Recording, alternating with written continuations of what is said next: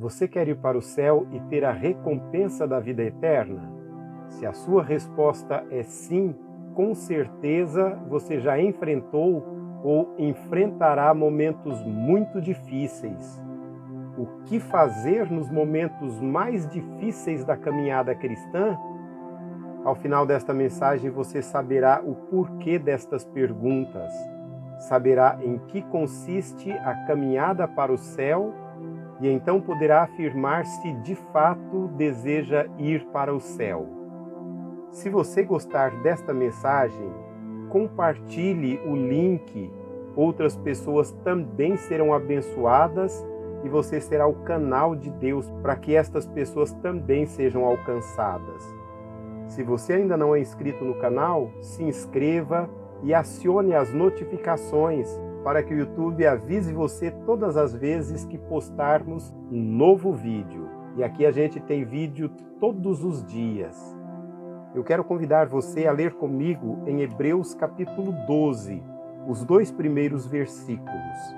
Portanto, também nós, uma vez que estamos rodeados por tão grande nuvem de testemunhas, livremo-nos de tudo que nos atrapalha e do pecado que nos envolve, e corramos com perseverança a corrida que nos é proposta, tendo os olhos fitos em Jesus, autor e consumador da fé. Nestes 2 versículos, o autor nos leva para 3 momentos de inspiração. E nesse primeiro momento é onde o autor está nos dizendo: inspire-se no exemplo de quem já venceu. O escritor da carta aos Hebreus se utiliza de figuras muito comuns em seus dias, a figura da arena e das arquibancadas. A prática de esportes era muito comum naqueles dias e o escritor sagrado faz uso da arquibancada com os espectadores e da arena com os atletas. O esporte do qual ele está falando aqui é a corrida. No versículo 1 nós lemos: portanto, também nós, visto que temos a rodear-nos tão grande nuvem de testemunhas. E quando ele fala aqui desta grande nuvem de testemunhas, está fazendo referência a uma massa humana compacta. São os espectadores na arquibancada. Os espectadores podem torcer a favor ou contra. Um exemplo disso é o que fazem muitos torcedores do Palmeiras ou Corinthians, que às vezes fica mais feliz com os erros e derrota do adversário do que pelos acertos e vitórias do seu clube. E quando o escritor sagrado nos fala aqui desta grande nuvem de testemunha, existem aqueles que torcem a favor, mas também aqueles que torcem contra. Se inspirar no exemplo de quem já venceu, o capítulo 12 de Hebreus, na forma como ele é iniciado, fica claro que ele faz parte do que foi dito antes. Qual a grande mensagem do capítulo 11? É a mensagem sobre os heróis da fé. E o capítulo 11 é um capítulo lindíssimo para a gente refletir, tirar lições extraordinárias. Mas eu gostaria de refletir com você apenas sobre 2 personagens citados aqui. O primeiro deles é Abel, e está no versículo 4. Pela fé, Abel ofereceu a Deus um sacrifício superior ao de Caim. Pela fé, ele foi reconhecido como justo, quando Deus aprovou as suas ofertas. Embora esteja morto, por meio da fé ainda fala.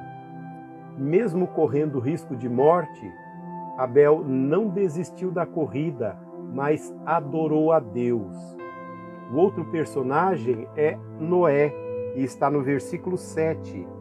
Pela fé, Noé, quando avisado a respeito de coisas que ainda não se viam, movido por santo temor, construiu uma arca para salvar sua família. Por meio da fé, ele condenou o mundo e tornou-se herdeiro da justiça, que é segundo a fé. Imagine as pessoas zombando de Noé pela arca que ele está construindo. Mesmo assim, Noé não desistiu do seu objetivo. não desistiu de obedecer a Deus e ainda na adversidade ele permaneceu firme na fé, firme no seu propósito, firme na sua carreira, firme na obediência a Deus de construir uma arca. E a grande mensagem que a gente tem no capítulo 11 de Hebreus é que todos estes heróis venceram e seu testemunho hoje deve nos inspirar a continuar a nossa carreira. O segundo momento é onde o autor sagrado nos diz: melhore-se a cada dia como atleta. A recomendação do escritor aqui é: desembaraçando-nos de todo o peso e do pecado que tenazmente nos assedia. Você já viu um atleta entrar numa competição de terno e gravata? Analisando a colocação do escritor sagrado, a gente entende o porquê disso. E a figura que ele usa aqui é do atleta que deveria se desvencilhar de tudo que o atrapalhasse para a corrida, da mochila, de todo o peso, de tudo aquilo que o impedisse de correr melhor. E naqueles dias, o estilo de roupa que era usado, o atleta ele tinha também que se desvencilhar. Imagina correr com uma túnica, como ele ficaria muito mais limitado, mais lento, poderia cair e até se machucar. Aquele que está correndo em direção ao céu, que ele se desvencilhe de tudo aquilo que possa atrapalhá-lo na corrida. E o autor fala de peso. O peso aqui tem o sentido de tudo aquilo que possa nos tornar mais vagarosos. Tudo que é demais e que possa atrapalhar a nossa corrida precisa ser eliminado. Veja comigo que o apóstolo Paulo nos ensina em Colossenses 3, o versículo 8. Mas agora, abandonem todas estas coisas: ira, indignação, maldade, maledicência, linguagem indecente no falar. Percebe como a recomendação bíblica é para que a gente deixe de lado todas estas coisas que podem nos atrapalhar na carreira cristã? E veja também em Tiago 1:21. Portanto, livrem-se de toda impureza moral e da maldade que prevalece e aceitem humildemente a palavra implantada em vocês, a qual é poderosa para salvá-los. É colocado aquilo que a gente precisa eliminar e aquilo que a gente precisa incorporar. A palavra de Deus precisa cada vez mais ser incorporada na nossa vida, na nossa carreira, na nossa corrida cristã, porque ela vai nos motivar, nos capacitar para correr esta corrida de uma forma cada vez melhor e mais vitoriosa. E veja ainda o que Pedro nos diz. 1 Pedro 2:1. Portanto, livrem-se de toda maldade e de todo engano, hipocrisia, inveja e toda espécie de maledicência. São coisas que precisam ser eliminadas para que a gente corra e de forma vitoriosa, corra de forma exemplar. Um obstáculo, ele pode não ser pecado, mas se retardar o competidor, ele pode se tornar um pecado. Portanto, a recomendação bíblica é que livremo-nos destes obstáculos. A recomendação bíblica é para que a gente se melhore cada dia como atleta cristão. E para se melhorar, o que eu preciso eliminar e o que eu preciso melhorar, o que eu preciso acrescentar, entender isso e viver isso na prática. E o terceiro momento é onde o escritor sagrado nos diz: corra como um vencedor. O vencedor, ele não desiste. E aí a palavra de Deus nos recomenda a correr, sabe como? Voltando para Hebreus, capítulo 12, ainda no versículo 1, depois que a recomendação é para que a gente se livre de tudo que nos atrapalha, livremo-nos de tudo que nos atrapalha e do pecado que nos envolve, o escritor sagrado nos diz: e corramos com perseverança. Perseverança é o oposto de desistência. E o que faz com que muita gente se perca nesta caminhada para o céu é a desistência. Em meio às adversidades, que não são poucas, em meio a todos os ventos que sopram contrários, em meio a toda a torcida contrária, o cristão muitas vezes é tentado a desistir. Mas aí a recomendação é: corramos com perseverança. Uma outra recomendação que nós temos aqui é que não somos nós que escolhemos, mas o texto diz que a corrida já nos está proposta.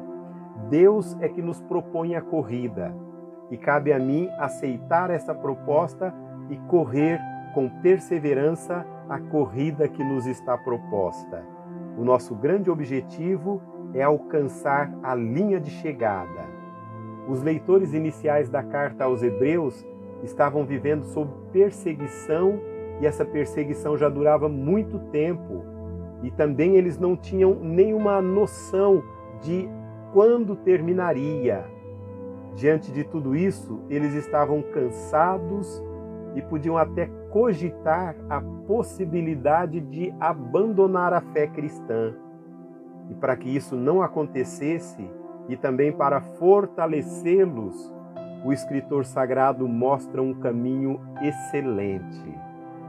Depois de olharem e se inspirarem nos heróis da fé do Antigo Testamento, depois de fazerem sua parte para se melhorar a cada dia como atleta, depois de entender como é, em que consiste esta corrida, se ainda assim persistisse a sensação de fracasso, o temor de avançar, a vontade de desistir, o texto aponta um caminho que não falha nunca. E é isso que nós vamos ver agora. E é no terceiro momento, nesse texto, o escritor sagrado nos diz: mantenha-se olhando para o grande vencedor. Veja que palavras edificantes. Olhando firmemente para o autor e consumador da fé, Jesus. Jesus correu esta mesma corrida e, apesar das muitas dificuldades, ele persistiu e venceu. E agora, a recomendação que eu e que você tem é olhando firmemente para Jesus. Sabe o que isso significa? Significa desviar o olhar de outros e olhar exclusivamente para Jesus. E o texto sugere a impossibilidade de olhar em duas direções ao mesmo tempo. Então, olhar para Jesus, não dá para fazer isso e ao mesmo tempo olhar em outra direção. Não há tempo para olhar ao redor, é preciso olhar somente para Jesus. Olhemos firmemente para Jesus e Ele nos capacitará para a vitória. Quero voltar com você à pergunta inicial. Você quer ir para o céu e receber a recompensa da vida eterna? Se você está até aqui acompanhando este vídeo, com certeza sua resposta é sim. O que fazer em momentos difíceis da caminhada cristã? Quero chamar a sua atenção para que a gente olhe para Paulo. E em Paulo nós temos exemplos fantásticos, maravilhosos, de alguém que correu de uma forma brilhante esta corrida, que passou por dias difíceis e venceu cada um deles. Veja comigo em 1 Timóteo, capítulo 6, o versículo 12. Combata o bom combate da fé. Tome posse da vida eterna, para a qual você foi chamado e fez a boa confissão na presença de muitas testemunhas. E como todos sabemos, o apóstolo Paulo correu esta corrida de forma brilhante e enfrentou a fúria, a torcida contrária dos judeus, dos romanos, de reis, de plebeus. E vejamos agora o depoimento que Paulo dá em meio a esta corrida. 2 Coríntios, capítulo 11, versículos 24 a 27. 5 vezes recebi dos judeus 39 açoites. 3 vezes fui golpeado com varas, 1 vez apedrejado, 3 vezes sofri naufrágio, passei 1 noite e 1 dia exposto à fúria do mar. Estive continuamente viajando de uma parte para outra. Enfrentei perigos nos rios, perigos de assaltantes, perigos dos compatriotas, perigos dos gentios, perigos na cidade, perigos no deserto, perigos no mar e perigos dos falsos irmãos. Trabalhei arduamente, muitas vezes fiquei sem dormir, passei fome e sede, e muitas vezes fiquei em jejum, suportei frio e nudez. Só de ler ou de ouvir estas afirmações de Paulo, esse depoimento, a gente olha para a gente e vê que os nossos desafios, os dias difíceis que vivemos, são muito pequenos quando comparados aos dias difíceis de Paulo. Paulo já está para cruzar a linha de chegada e nesse momento especial ele faz esta brilhante afirmação. 2 Timóteo 4:7. Combati o bom combate, terminei a carreira, guardei a fé.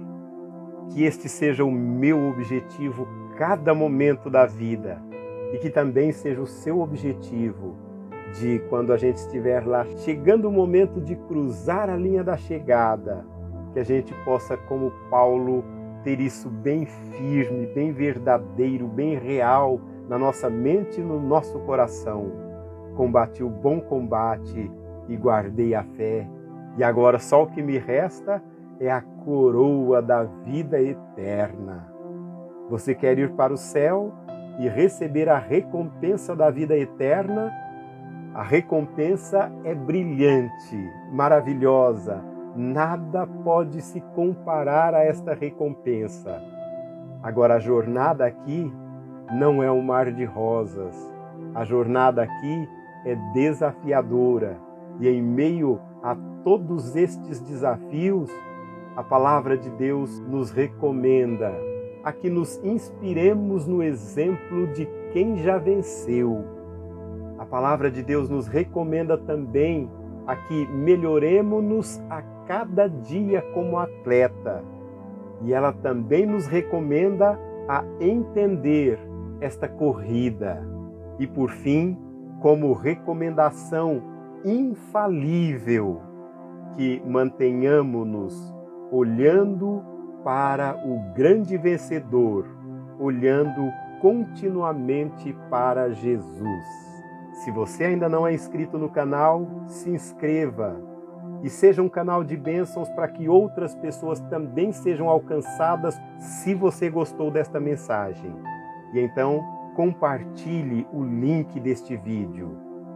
Que Deus te abençoe poderosamente.